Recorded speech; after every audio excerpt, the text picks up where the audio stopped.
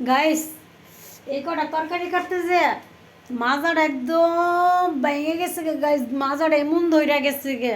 আগের দিনের মা খালারা শাক টুকটুকায়ও তাদের 100 বছর বাঁচছে, আর আমরা এত দাম দিয়ে সবজি কিনেও 30 বছরও বাঁচতে পারি না। চিন্তা করছেন?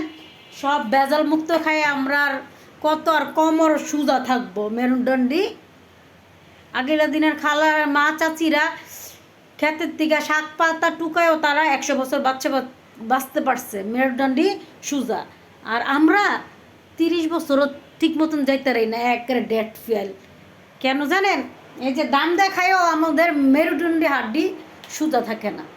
এই দেন কত কত মাত্র এই করে তরকারি কাটটা কোমরটা একেবারে ব্যাক হয়ে গেছে, সুজা কইরা আর দাঁড়াইতে পারি না। সেই কষ্ট কইরা সুজা করছি টাইনা টুইনা।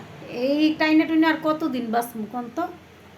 এই কী কাটছি, একটু রসুন কাটছি, মূলা কাটছি, এই ভেন্ডি কাটছি, একটু পেঁয়াজ কাটছি, এখনও ধন্যবাদ কাঁচামরিচ সব কিছু কাটা বাকি রয়েছে। এই হলো আমার জীবন।